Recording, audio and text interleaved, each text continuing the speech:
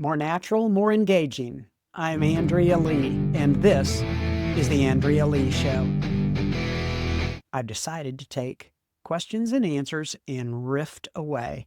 And that's what I'm going to do. That's what you'll get from this show from now on. Now, the previous shows are going to give you some idea of what I think's going on in the culture. But where we go from now is going to be up to you. So send your questions, and we're going to talk about the culture, current events, human behavior, and some politics. And since I consider myself a generalist, I'll try to answer questions that come in that I feel like I can give a somewhat informed take on. I love taking questions. It's my favorite part of giving talks to audiences that come see me to ask questions about my expertise. I don't know how much expertise I have, but I do have a unique perspective that is mine alone. I worked in biopharma for over 30 years. I moved into a fashion career, and I raised and grazed cattle, rode Harleys, and gender swapped. So I have a unique perspective that is mine alone, and I like to talk about it, which makes me that much more interesting to get my take on. Here we go. We're going to talk about current events. These are some of the questions that came in. Do I think America is more divided than ever, or does it just seem that way because of social media? No and yes. No, I don't think it's more divided than ever. And yes, I do think it gives that appearance because of social media. Focus groups continually give responses that more people are aligned on issues than are at the edges of the left and the right. Social media feeds what you want to see based upon what you are looking at. If you are looking at things that interest you and you are a political junkie, you are going to be fed things that will keep you watching and engaged. And that is that the other side is an enemy to fear. That then fosters division based on a fear that is mostly created and not based in reality. That's my thought on that. Now, 2024 election, and are we in for more of the same? I was surprised at the election results, but that wasn't based on a political opinion. That was based upon how much work was done to oppose Donald Trump from the time he has arrived on the political scene. So I was somewhat surprised that he did win the election. The shift coming has to shift. It's due mostly to what's going on in the global economy, and that has to do with the rise of digital currencies. And we have in the United States, we have a monetary system that's based on the printing of money without a lot of industry backing it up, selling goods and services and building things here. That's why manufacturing has to come back. Digital economy, people aren't relying on countries' currencies anymore. They're moving and using money in Bitcoin to make transactions. And if you don't rely on a country's fiat currency, that in turn hurts that country badly. And that currency to survive then has to be based on something real and not the printing of money. That then looks like something like productivity, production, labor, and goods and services that occur in that country. That's why you see the bringing back of so much production here and trying to get control of our spending. Getting control of our spending so we don't have to print as much strengthens the dollar. The economy based upon real goods and services and production here makes the economy, the dollar itself, stronger. That's why it's coming back. You see pushback from the liberals, but it's mostly optics because it has to happen. And if they were in power, they would be doing something similar because no one wants to be left holding the bag when things change or if things were to change. Another question, how do I personally navigate talking about politics without alienating people?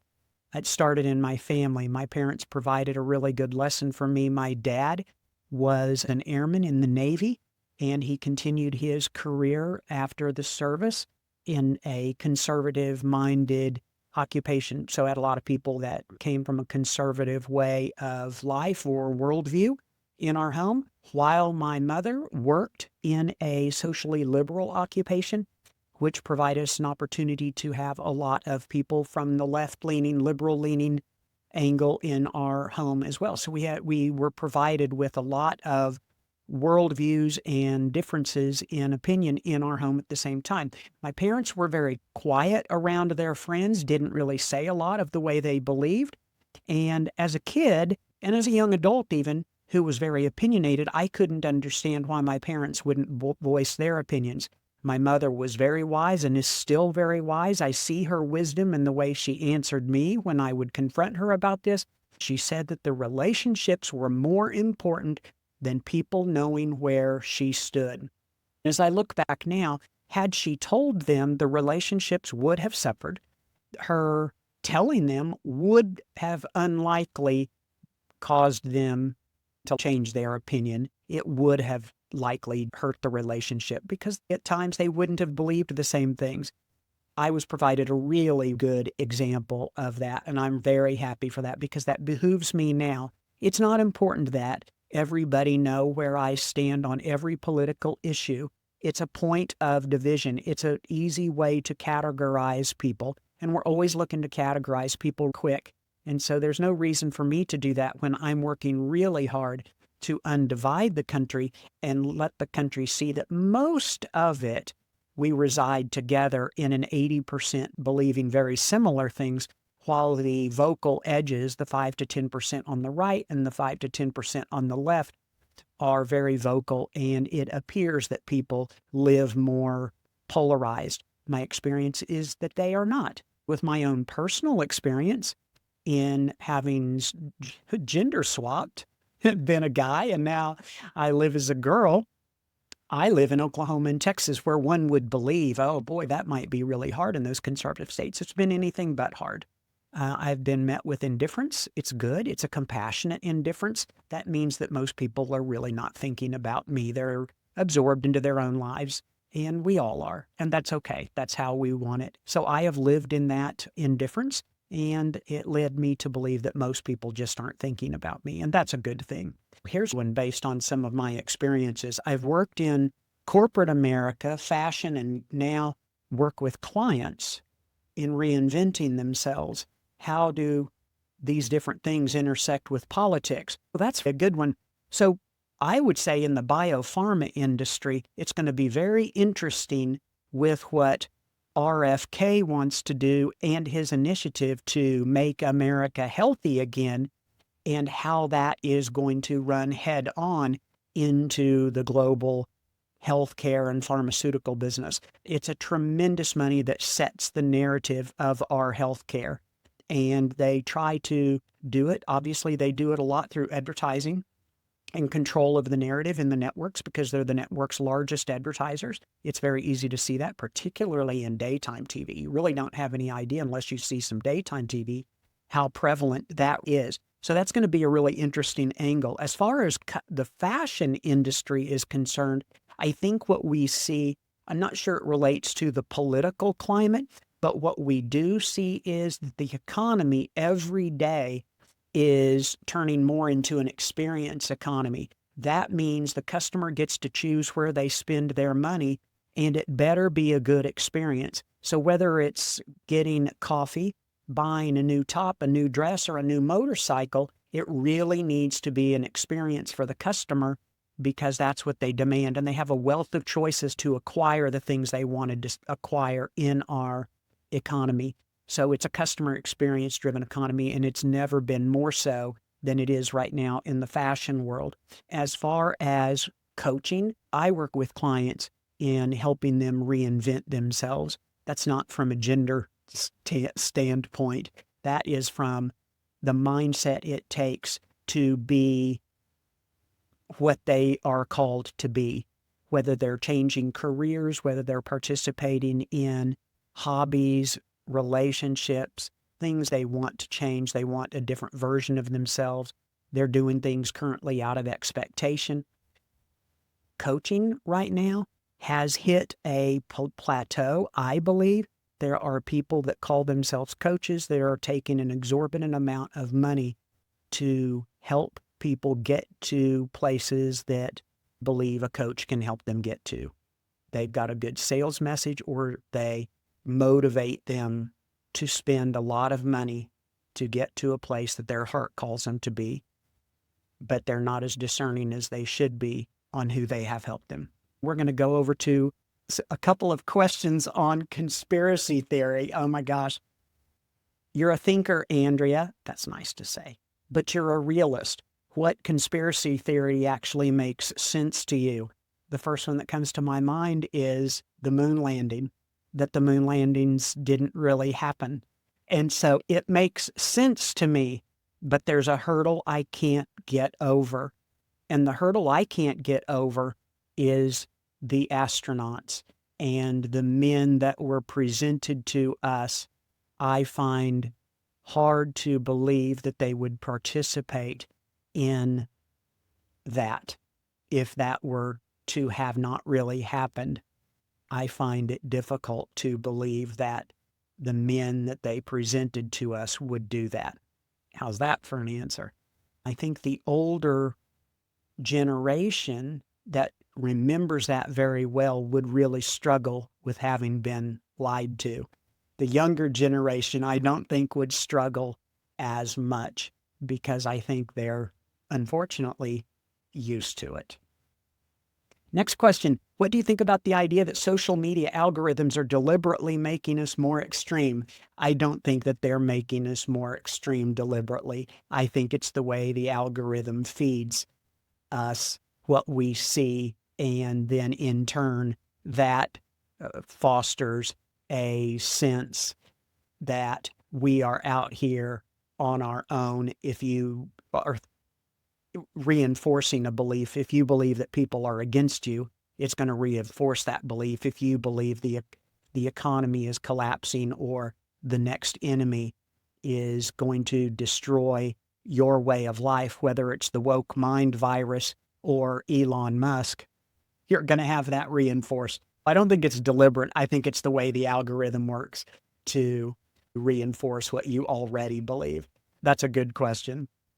I love this one. We see celebrities talking about mental health all the time now. Do I think it's genuine or just a marketing angle for them? I don't want to speak to motivation because I don't know what is going on in their hearts. Here's a different perspective to look at.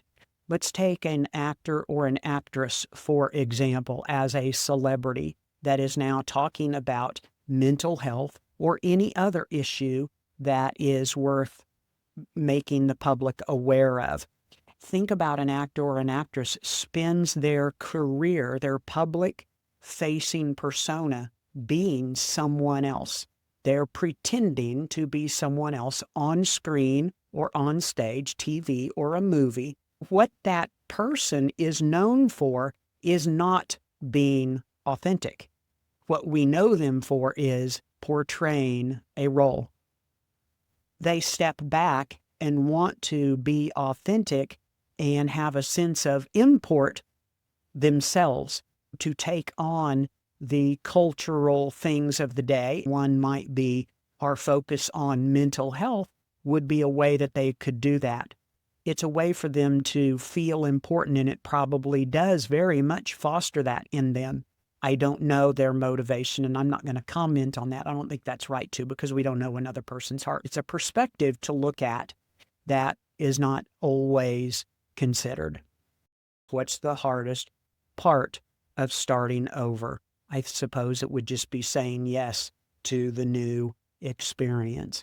But if the meaning and purpose of life is found in the experience of it, that comes from Joseph Campbell, a well-known mythologist, and his hero's journey that people are familiar with. It's kind of the basis of Star Wars. The Luke Skywalker story is the hero's journey. That comes from a book from Joseph Campbell. He says the meaning and purpose of life is found in the experience of it. To maximize that, I believe you've got to say yes to a lot of new experiences. I think that's the toughest part, is saying yes to new experiences that are different than the ones that we are familiar with. Jungian psychology. I have studied a little bit of Jungian psychology, but I grew up with a mother that is a guide and she loves Jungian psychology. And so I love the aspects of shadow work and the masculine and feminine, imagine that, and the process of individuation. That's becoming a whole and complete person. What is one of the principles that people don't understand but should? That is an easy one. An instant answer is projection. The way we project our fears onto other people and then we behave towards them like we think they're thinking about us. We project our fears, our failures, our shadow parts of ourselves, the parts of ourselves that we don't like, we will project onto other people. It's a way for us to say, I don't like that person because of this. It's a really good sense to look at that part of yourself and how you are seen in other people. I would say that's a quick answer is projection. Andrea, pick one cultural shift right now that will have the biggest impact in 10 years. I don't think that our future quarterbacks are going to be ballerinas. The biggest cultural shift now is the rise of AI, artificial intelligence. The reason I say that is people have no concept of what's happening right now. And if most people have no idea of how big a change and opportunity is going on right now with artificial intelligence and how fast it's changing things, they have no concept, including me or anybody watching this, of how big it's going to be in 10 years. Easy answer, at least for me, because I use AI a lot right now, and it's changed the way I do my business and the way I work just in the last year alone. So in 10 years, I don't think I'll have any concept of that at all. Another question is, with the life changes I've had, what's something people will think that makes them happy, but actually won't? It's that the search for fulfillment is found externally of oneself. With me, it was not going to be found in faster race times in triathlon. It wasn't going to be found with more efficient ranching as I raised and grazed my cattle. And it wasn't going to be found in winning more awards at the corporate level in sales awards or perfectly executed business plans. The search is internal, and the search is in noticing what feels right for you.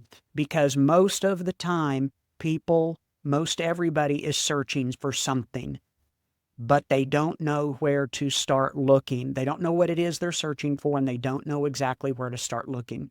One of the things that I would say, people are thinking that it will be found in more achievement, or they think it will be found in the next remodel of their home or the next house. They're scrolling all the time thinking that that will be the thing that does the trick for them, that makes them finally feel like enough, but it won't. The search is internal for fulfillment, and that's what people need to get over. Start noticing what's going on with you and what feels right, and take ownership of your life and foster the things that feel right to you, because you are uniquely created. Another question is, what's the biggest lesson I learned from my failure? The biggest lesson I learned from failure was the learning. I didn't see it as failing.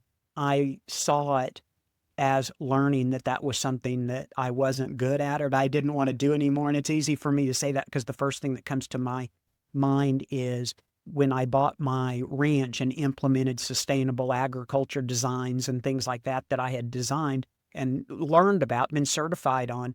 I didn't realize how difficult it would be to raise my own produce in fruit orchards and how brutal Mother Nature was. And that's in Oklahoma. If you live in Oklahoma and you still don't understand how brutal Mother Nature is, that means it's pretty brutal. That's a hard learning lesson. That's what I learned, is that there really is no such thing as failure. You either just get up and try again and learn from that, or you go from there. That's my answer. A belief, Andrea, what is a belief you used to hold strongly to but since changed your mind about it?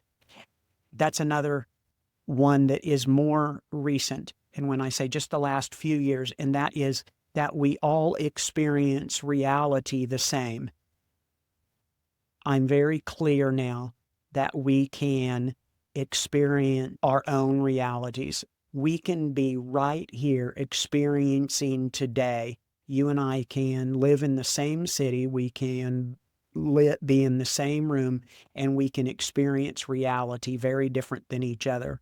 What comes to my mind is I have been around other people that experience the reality of today very different than me. It's not that they are wrong or I am right or vice versa. They are experiencing reality different than I do, and there's nothing I could say or do that would make it different. They would have to decide to experience reality different or have a different experience. I'm very clear on people can experience life very differently and exist together. Some people, Andrea, say motivation is overrated and discipline is the thing that matters. That is absolutely true because motivation is a feeling and an emotion. Discipline is an action. I have always been motivated, but I have not always been disciplined, and results happen with discipline. Everybody can be motivated to run and win in triathlon. It takes discipline to get up and train. I'm clear on that. And I wasn't for a long time on motivation and discipline because I didn't lack in either, so I didn't see the difference. When I became clear on it was when I found myself motivated but not consistent and not getting results or wondering why I couldn't stay consistent. Andrea, what's the hard truth most people don't want to hear but they need to hear? That no one cares. No one cares.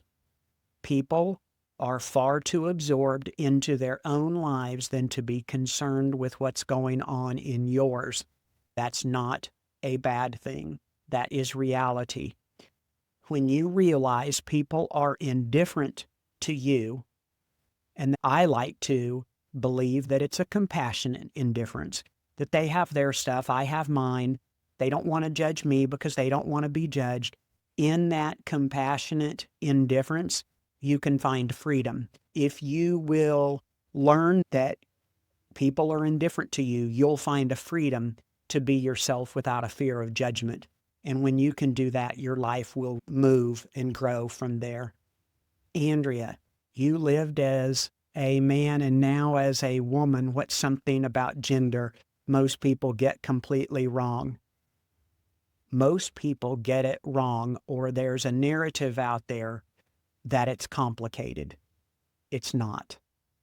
Biology is what your mother is told when you're born. You have a boy or you have a girl. What they're wrong about is that gender identity is easy. It's not.